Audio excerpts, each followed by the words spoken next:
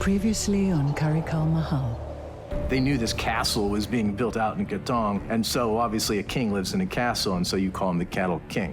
In 1917, he bought a large piece of land in East Coast, around 35,000 square feet, which he eventually built his Karikal Mahal there. The scandals continued to plague Moona Kader Sultan right up until his dying day.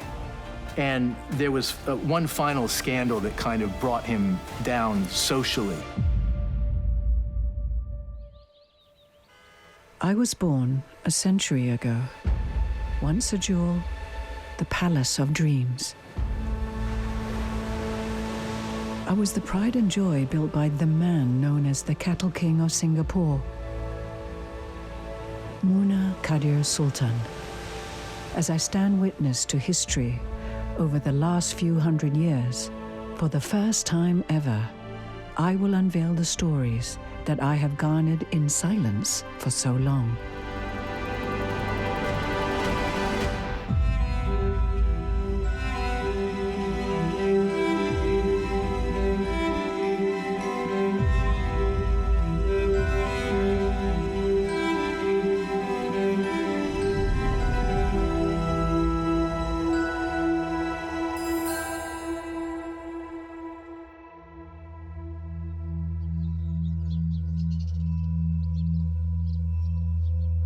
It would be a trial to be remembered. A man murdered over the price of meat. Was it purely a market brawl? Or was this man acting on my master's orders? In 1933, there was a criminal proceeding against 3 people for murder of Fazal Shah. The case happened in Kandang Kerbau Market, which is now the Tekka Market. 3 persons were charged: Gul Zaman, Mahawali Khan, and Ghulam Haider. And also Kader Sultan's name was mentioned. Only 2 of them were workers of Moona Kader, Mawadi Shah and Ghulam Haider. Gul Zaman was totally not known to Kader Sultan. And thus, the court hearing began. A sensational case with its tales of deceit, profiteering, and manipulation. My master pulling the strings behind the scenes, and murder, its outcome.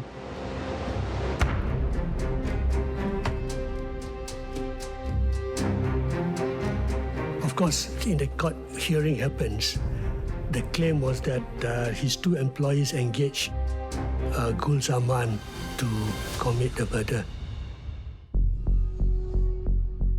M. Nathan, my master's biggest rival, and the victim's employer, was called to the stand. He testified that my master had asked him to limit the supply of mutton to keep prices high, but he refused. Was Fazal Shah's death a direct response to Nathan's rebuke of my master? A cashier testified that he was instructed to transfer money to a so-called charity account, when the actual purpose was for the company to bring action against my master's rivals. Again, every businessman will want to take advantage of situations whenever they can. But whether dishonest or not, it's not something that we can see. Despite these scathing testimonies, my master did not waver. But Yusoff grew ever so anxious that he would be the one to pay for his father's misdeeds. And then, the most damning, the testimony of my master's workers, claiming he offered money to kill Fazal Shah.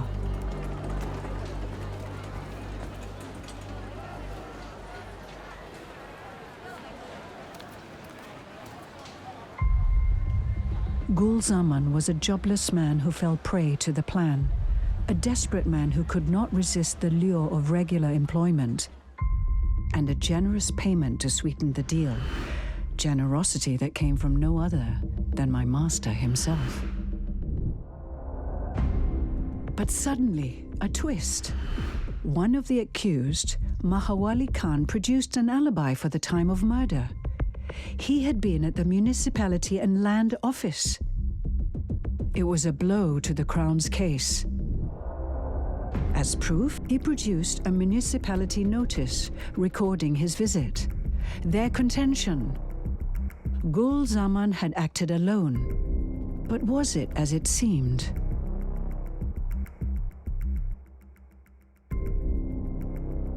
The notice showed a change of date, conveniently to the date of the murder. Was this done deliberately to mislead? The blatant coincidence was clear for all to see.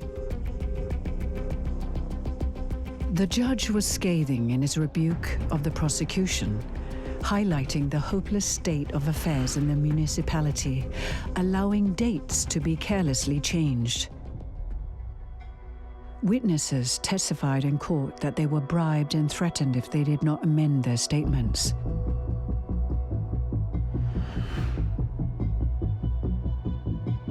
The message: those who stood against my master would be severely punished and share Fazal Shah's fate. He had to sit in a chair. He couldn't stand up to testify, which is what he used to do. But nonetheless, the prosecutor, who was a government prosecutor, British prosecutor, felt that he had a strong enough case that in the courtroom he could ask Moona Kader Sultan, did you order this man to be killed? Never. But the fact that it gets to this point, bear in mind, 10 years earlier, he's throwing parties for the Inspector General of Police. 10 years later, he's in the dock, and a prosecutor is asking him essentially to admit to a crime. He claimed that his son was running the company then. He was already semi-retired, so he doesn't know much about the ongoing, like how much the staff are being paid and things like that. My master, frail yet unrelenting, listened as his defense lawyer made his case. If he had hired the accused, why did the assault happen in broad daylight? Why had the accused not fled from the police? It was implausible. The defense was that if you're a hired killer, you wouldn't have done it in the open, and you would have run away to collect your reward later. But he wasn't. He was still there when the police came. He was arrested on the spot. The time for judgment had arrived. And soon, my master's life would be forever changed.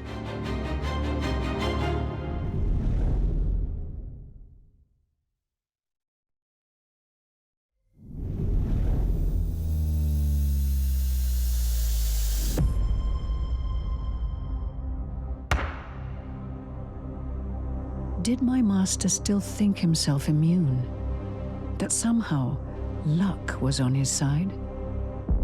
After 5 days of a sensational case, the court found the first accused, Gul Zaman, guilty of culpable homicide, a decision that would stain my master's reputation in an instant.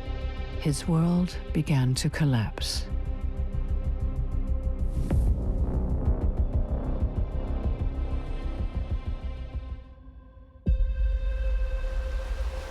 From my tower, I watched them.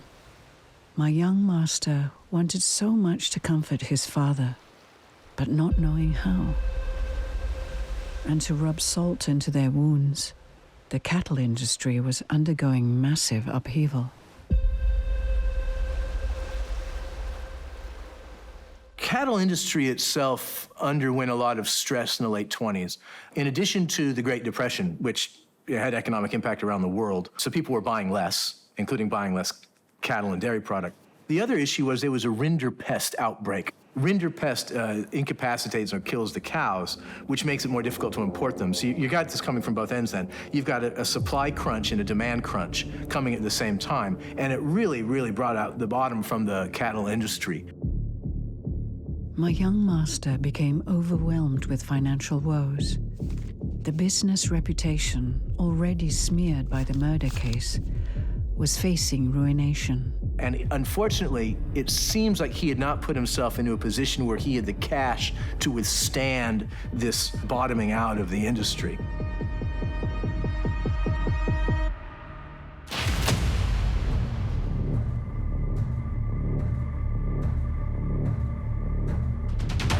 with the competition, he can't have the supernormal profits that he has had before.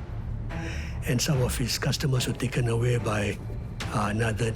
Maybe because he had spent it all on Karikal Mahal and lavish parties. So he recovers briefly from this, but by the mid-30s, the whole thing collapses. He winds up declaring bankruptcy on a $50,000 debt.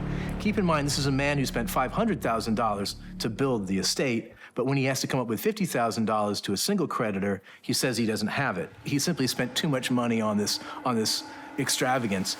The unthinkable happened. The cattle king, once a rag to riches inspiration, was now financially ruined. The newspaper reports indicate there was something close to 100 creditors who were also waiting to get money from him. So by the mid-30s, the whole house of cards comes tumbling down, and he winds up a bankrupt and essentially broke. The public humiliation did not stop there. My master was stripped of his highest honors. In late 1934, I think November, his title of Justice of the Peace was removed. But I suspect normally for Justice of the Peace, you need to be of good character.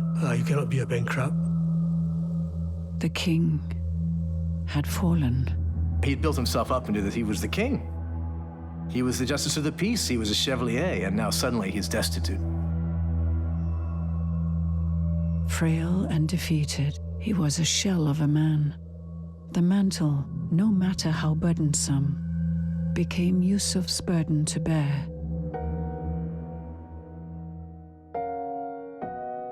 While my master became lost in his own world of broken dreams,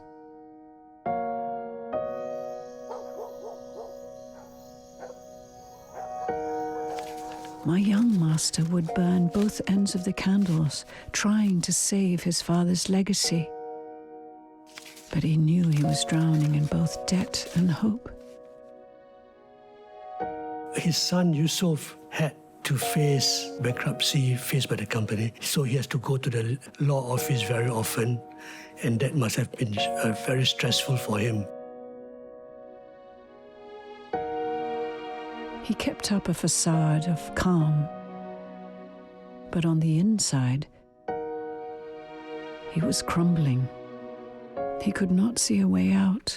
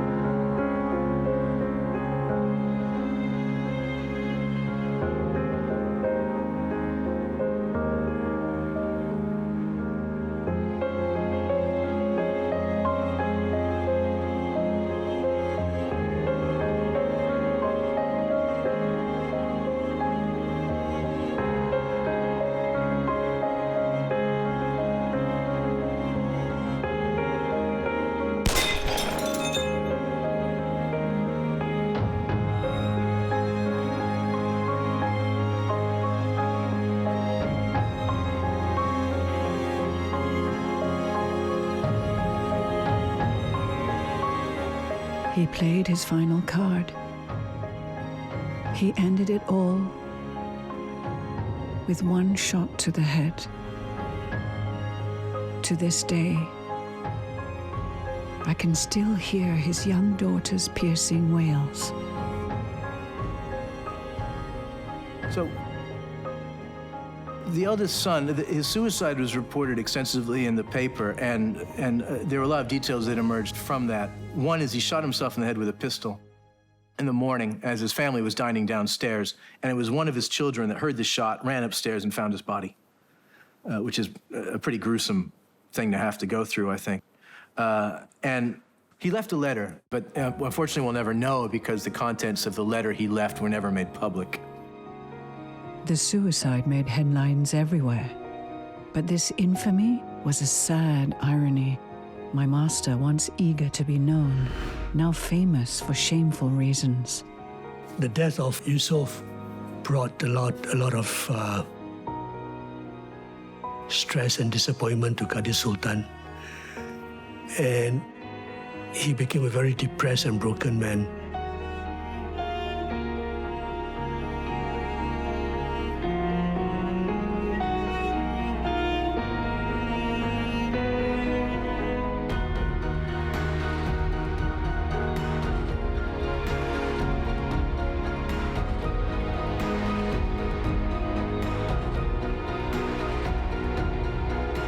master could no longer afford me. They bid farewell to me.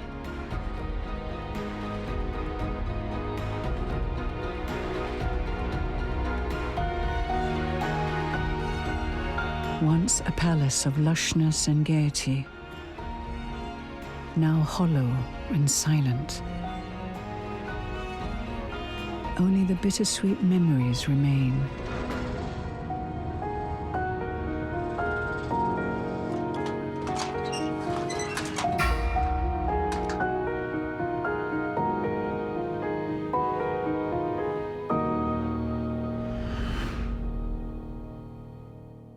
The fact of his bankruptcy and the fact that he lost his riches is also a very Singaporean story at that time. If you read the newspapers, it's full of people going bankrupt, people overstretching themselves. I mean, this is the whole thing. You come with nothing perhaps, you rise up, and then perhaps you overreach yourself. You just try too hard.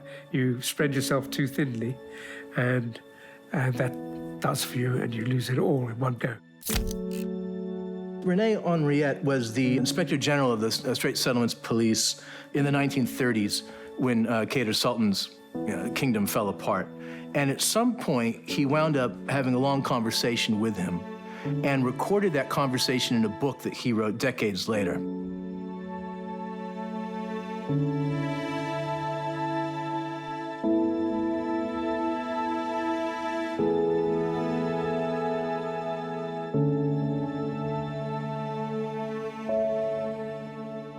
And one of the things that comes out of it is that Moona Kader Sultan was very bitter about what happened to him. One of the things that's kind of amusing is he says, they gave me the Justice of the Peace because I donated all of this money to charity. To the Red Cross, I gave $20,000. To the Raffles College, I gave $15,000. But when they took away my Justice of the Peace, they didn't return the money to me. And that's a very telling statement to me, because it shows that he knew exactly what charity buys, and that once you've fallen, you're completely gone. After his bankruptcy, Kader Sultan was a broken man. He decided to go back to Karikal in 1937. He dies in old age. He's 74 when he passes away. So he ends, for me at least, he ends as a kind of, in a way, a kind of tragic figure.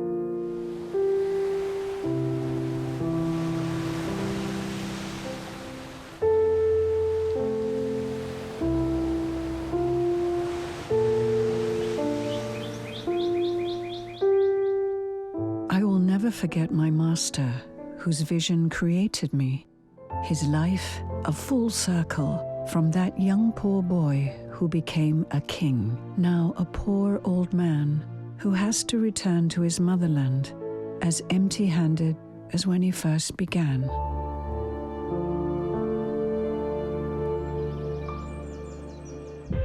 After Moona Kader Sultan returned to India, Karikal Mahal were put up for auction. They were owned by a bank, and they remained empty for quite a long period. No one lived in them. But then a very interesting group of people wound up taking up occupancy.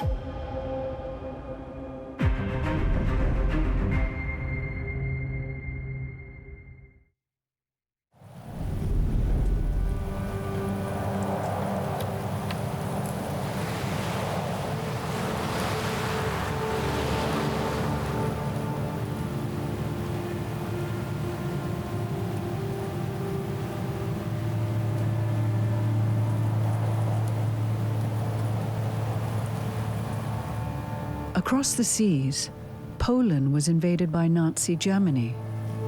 Closer to home, the Japanese had begun incursions into China.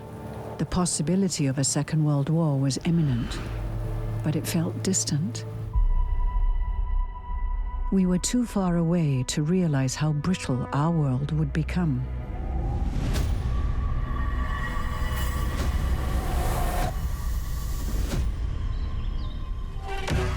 And in truth, more curious was I of a group of gentlemen who had arrived at my gates. An odd bunch who looked me up and down excitedly. They seemed so happy when they found me, and they brought with them a coffin.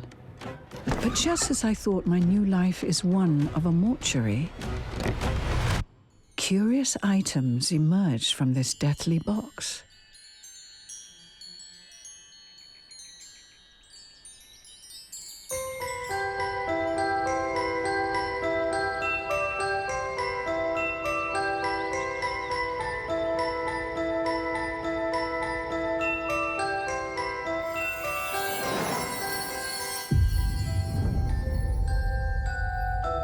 The members of the Malayan Magic Circle, I believe, were the progenitors or the pioneers of what we enjoy today for magic clubs. And we have the International Brotherhood of Magicians, IBM Ring 1115, which I belong to. And we also have the Singapore Association of Magicians. And I believe the Malayan Magic Circle were arguably the founding fathers of magic clubs in Singapore today. It was an eclectic group of amateur magicians who would make me their headquarters. Magic was their passion. They saw me as a kind of magic too. Perhaps my checkered history cast on me a sense of theatre that they so much loved. To describe it as a high society, high profile type of club would be apt to a certain point because the Karikal Mahal was such a palatial and resplendent environment and landmark for that matter. Facing the sea, probably had one of the nicest scenery for a magic club to stage its activities on a monthly basis. And I believe the early members enjoyed the prestige that came along with this beautiful location.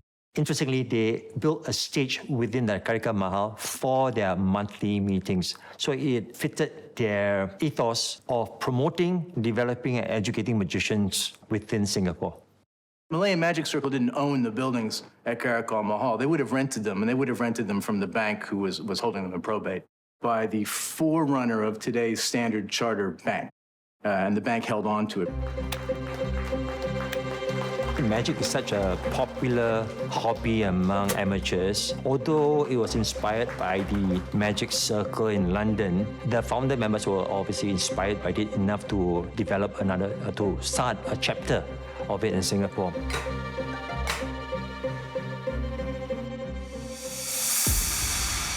Gilroy, president of the future Malayan Magic Circle, he returned from home leave at somewhere in 1935 and smitten with the magic that he experienced in London, decided to form and constitute the Malayan Magic Circle. The founding members of the Malayan Magic Circle, I believe 5 out of 7 of them were Caucasians because we were under the British rule at the time. However, 2 of them, Tan Hock Chuan and Braga, were Singaporeans. So they being Asian, it was quite common for them to host visiting magicians, have a sumptuous Asian sit-down dinner. That localized the flavor of those meetings and as well as those great grand shows that they performed.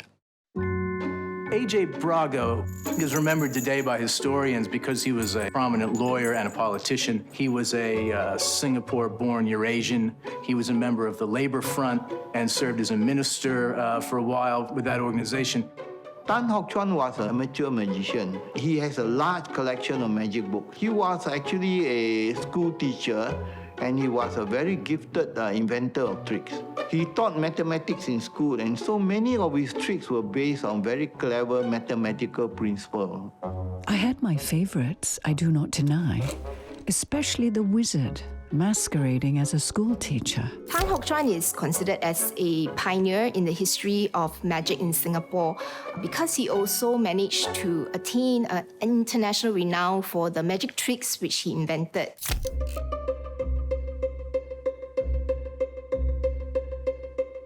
Students were entertained and mesmerized by him as he analyzed magic with the passion of a scientist. His innovative nature eventually earned him international prestige. In 1936, he became one of the first Asians to be conferred the Special Things Award, which was given for the best magical effect published in the Things magazine. And this was a leading international magazine on magic. And then in 1959, he was also invited to become part of the inner circle of the Magic Circle of London. So that's really a high honor back in the 1930s for a Malayan or a Singaporean, an Asian, to receive such an honor. My favorite wizard loved magic so much he would pen articles that broke down his tricks, always selfless with his knowledge and generous with his guidance. So this magazine was produced every quarter. So to me, it's quite amazing because at the height of the club, there were only about 200 members, but they could faithfully produce every quarter. They contain information such as the history of the magic fan, the activities, reviews of their productions. They also had personal notices. So through this magazine, they also learn all these magic techniques that were written inside. What a breath of fresh magical air. My rooms, now filled with chatter and industriousness, plans being made, tricks being conjured. The news traveled across the land that I have risen like a phoenix. And after all these years, I will host a party at last.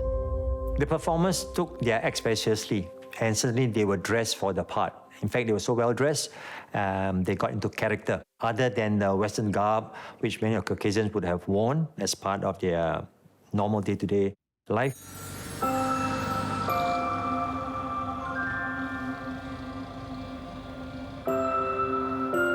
After they had settled in, they were ready to reintroduce me to society, and once again, I would shine. The Malayan Magic Circle had a housewarming event at the Karikal Mahal. Beautiful, resplendent, palatial building there, which they occupied as their probably the fourth or fifth premise for their meeting. They had staged a magic performance, including musical recitals, dancing, amongst other events. And it was well attended by about 200 members of the audience.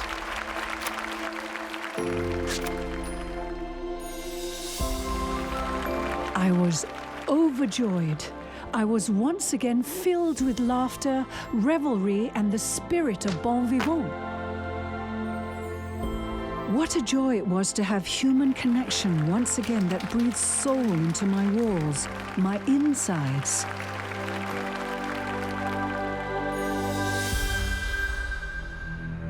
One of the most thrilling magic tricks, and one of my personal favorites, was performed by A.J. Braga, using the eeriest prop that was brought into my belly, the coffin.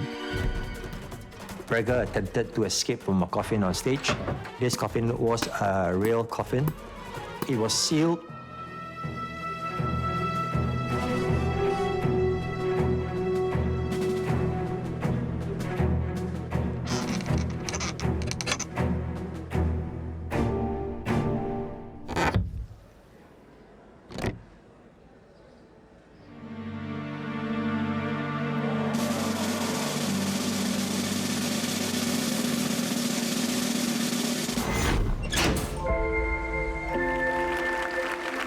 What a success it was.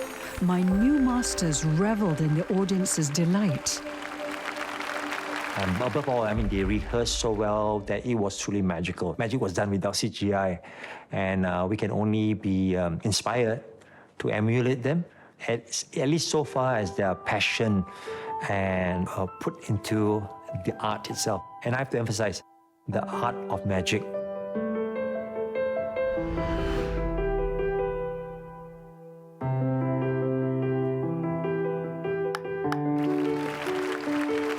All these were ticketed shows. All these shows were sold out.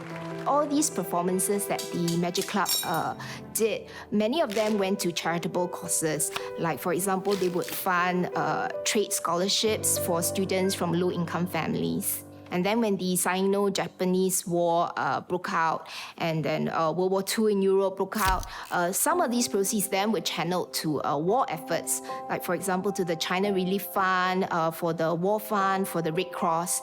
And the Malayan Magic Circle also performed for these troops that were stationed in Singapore. They staged all these in the Karikal Mahal.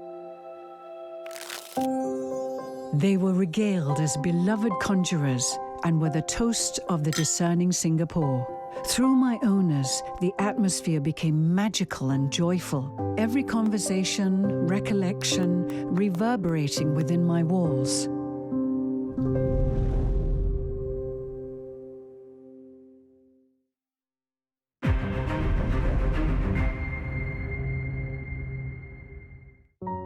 It was a time when magicians held sway as an exciting source of entertainment. They came from far and wide, peddling the exotic, inspiring my new masters. So if you go back to the 1930s and you put yourself in that context, live entertainment was just more dominant than it is today as part of something to do to be entertained, because they didn't have television. There were Chinese opera performances, which were also popular. There's, of course, in Singapore, the three worlds, which are well-known, gay world and happy world and these sorts of things. And then on top of that, you have the Malayan Magic Circle, who would occasionally put on these performances. To my delight, my masters would bestow on me the presence of some of the greatest magicians from around the world. Over the years, Singapore attracted many magicians and entertainers along that same caliber to our shores to perform to our local audiences. In fact, Singapore had its very own renowned magician called the Great Wong, or Ng Bo Yen. The Great Wong happens to also be named, our IBM Ring 115 Singapore is named the Great Wong Ring because of our former president, the Great Wong. And the Great Wong has established himself since the 1930s to the 1990s. Most well known for his rendition of the Chinese linking ring. In addition to linking and unlinking those metal rings, he also used 6, sometimes he used 8 of this ring to form various objects and figures. And this fascinated all the Western magicians because they have never seen a linking ring performed this way.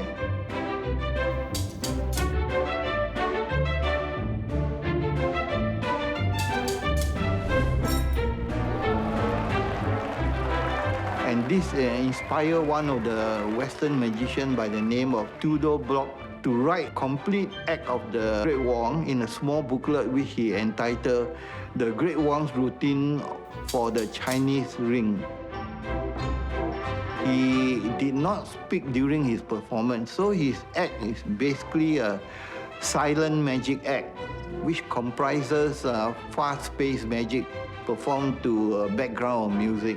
Usually end his act with large-scale magic illusion, such as chopping a person's head and then putting it back, or cutting his own lady assistant into half and then put it back again. One of the well-known magic is called teleporting. So he have this little huge box that he will dress up and wear a mask, and he enter this box with the help of the assistant, because when he enter the box, the assistant will push the box round and then they open up the whole box, it's gone. So the turning around and all that give him enough time to actually go to the back of the hall and appear in the audience. So this is a very fascinating trick. So fascinated were my masters that they invited the Great Wong to visit, hoping to persuade him to join their club. The Great Wong performed more of a silent act. He was renowned for staging beautiful illusions, but he seldom spoke aloud. Whereas Tan Hock Chuan performed for a more educated coterie of the expatriates as well as those who were educated in further education. So his style of performance would have been very different, more verbal, more articulated, more intellectual. Between Tan Hock Chuan and the Great Wong, there was this rivalry of who is better. So it kind of created this communication barrier, and in a way, my dad was very negative in that he doesn't really want to build on the relationship.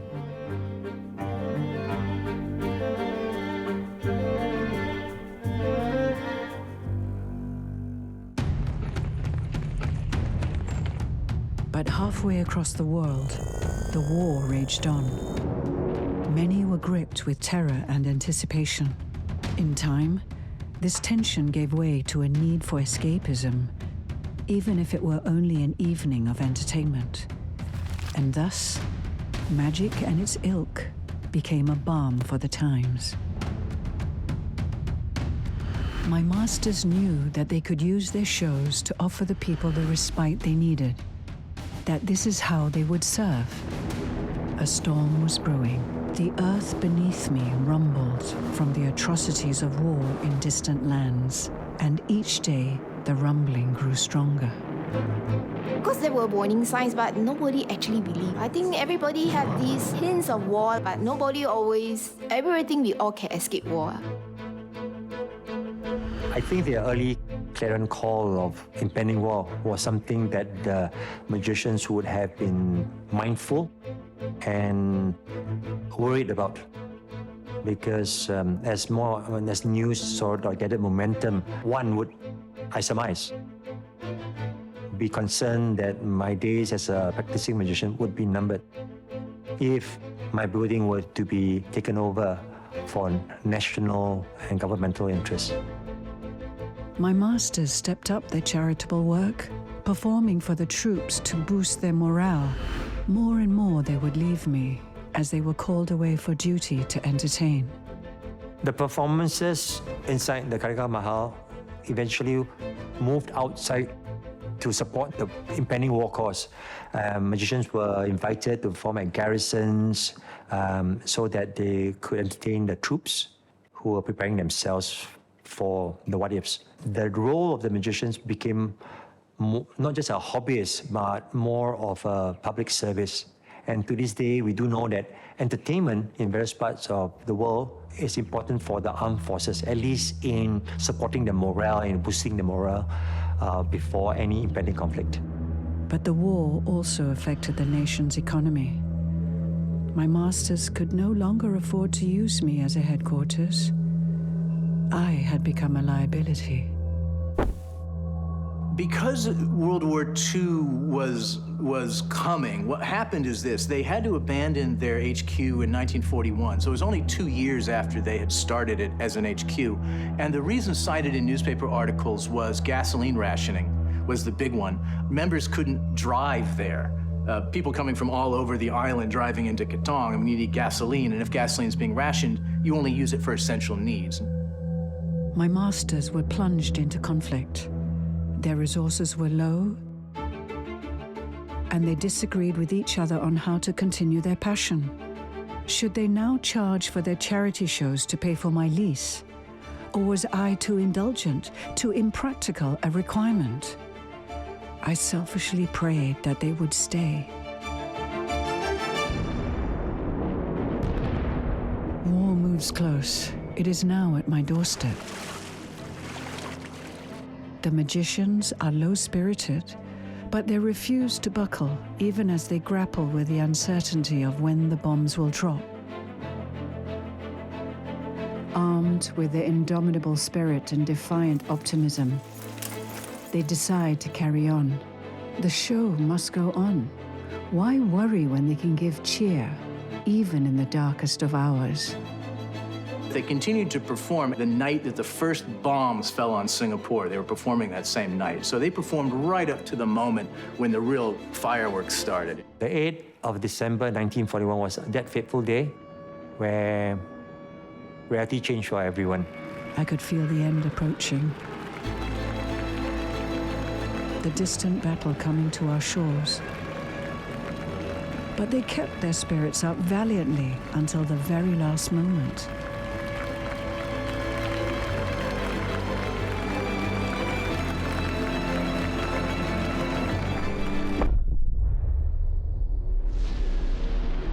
The month of December, the year 1941. On the same day the Japanese attacked Pearl Harbor half a world away, The Japanese also destroyed military to the north of our island. Between the 8th and 10th of December, the Japanese attacked Pearl Harbor and landed in southern Thailand and northern Malaya. They even sunk British battleships that had left the Singapore base to intercept Japanese troop ships. My beloved magicians had little choice but to abandon me. Their final days frantic and prosaic. And just like that, the fantastical that came with them vanished, as if into thin air. They left as suddenly as they arrived and took with them their magic. I wonder if the war will take away the magic from them too. I will miss my favorite wizard. I pray that his magic will continue. The world could use the likes of him in these dark days.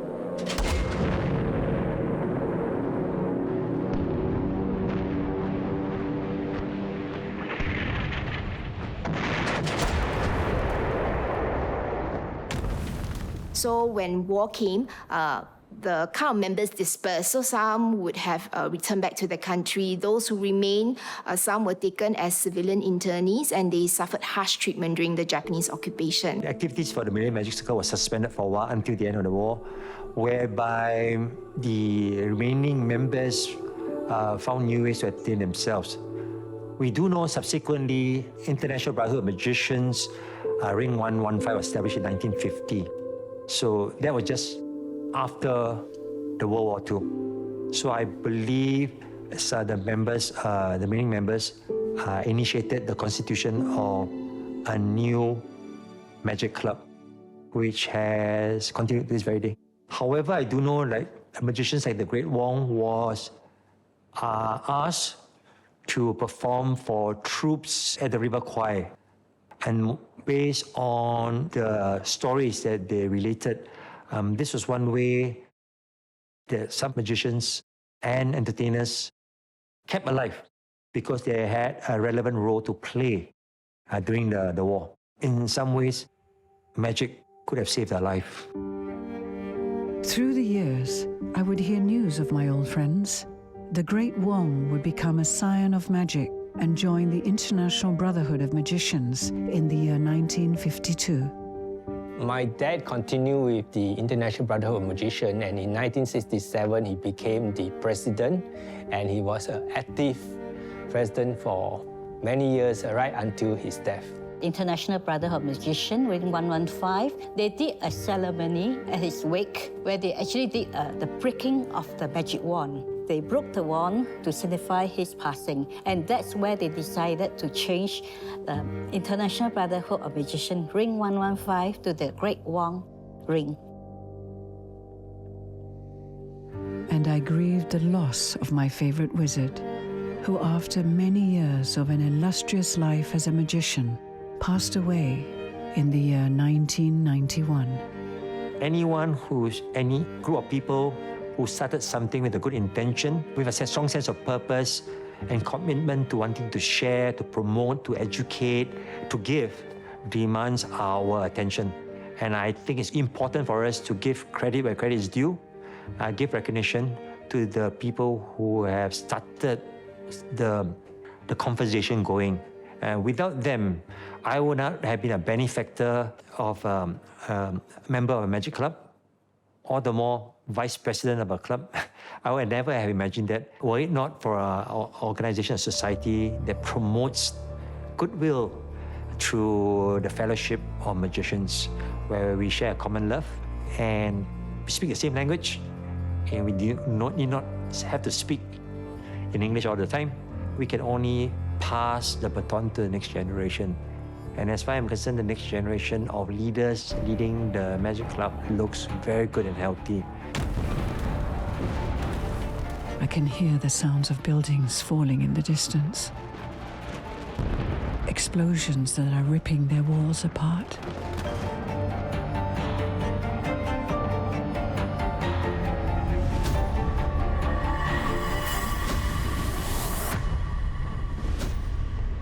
Am I next? Singapore fell very, very quickly to a superior force, but a numerically weak force. The Japanese said that the men were first told to report, go to this place called Karikal Mahal. On the first day, they were to build barbed wire outlining the boundaries of the camp. The whole place is absolutely bare, dirty, everything smashed to atoms.